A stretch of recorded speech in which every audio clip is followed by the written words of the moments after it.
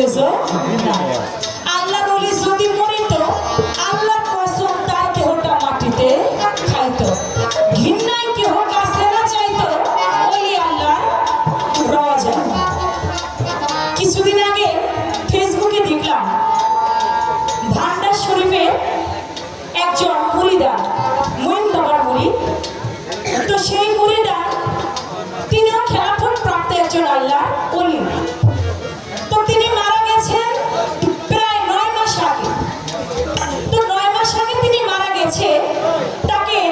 কবরের মধ্যে রাখা হয়েছে মাটি মঞ্জিল দেওয়া হয়েছে কিন্তু 9 মাস পরে তিনি স্বপ্নে দেখাইতেছে তার ছেলেদেরকে প্রথমে বড় ছেলেকে দেখাইছে যে বাবা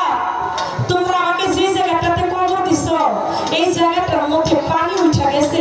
আমি ইবাদত করতে পারি না আমার ইবাদত করতে কষ্ট হয় তো বড় ছেলে মেজো ভাইয়ের কাছে পৌঁছে যে মেজো ভাই আজকে স্বপ্নে দেখি আব্বা বলে যে আব্বার কবরে নাকি পানি উঠে গেছে আব্বার ইবাদত করতে নাকি সমস্যা হয় আব্বার কবরটা লাশ উঠাইয়া অন্য এক জায়গায় কবর দিতে বলে বলে কি বলো এটা কি হয় যে মারা গেছে তার লাশ আবার উঠে আর এক জায়গায় কবর দেবো না পরের দিন আবার মেজো ছেলে স্বপ্ন দেখে তারপরে লাশ উঠায় না পরবর্তীতে এলাকার মানুষও স্বপ্ন দেখতে থাকে যে তিনি যে কবরটার মধ্যে আছে কবরটাতে পানি উঠে গেছে তাকে অন্য একটা কবরের মধ্যে শোয়াইতে বলে এই কথা যখন সবাই একে একে করে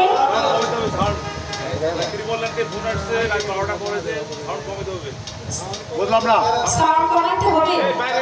ঠিক আছে খারাপ প্রশাসন